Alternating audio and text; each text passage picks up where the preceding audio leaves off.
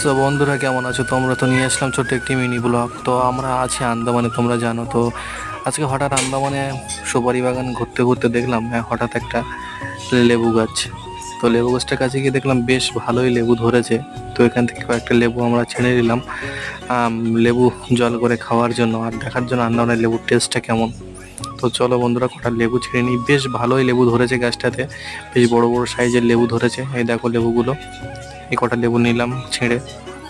তো ঘরে আসার পরে লেবুগুলো কাটাকুটি করে জল বানানোর জন্য, লেবুর জল বানানোর জন্য আমরা রেডি করলাম।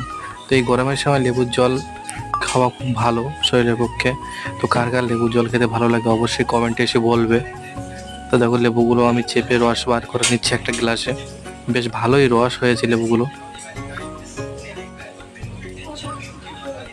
তো দেখো লেবুগুলো বেশ ভালোই রস হয়েছে। তো এবারে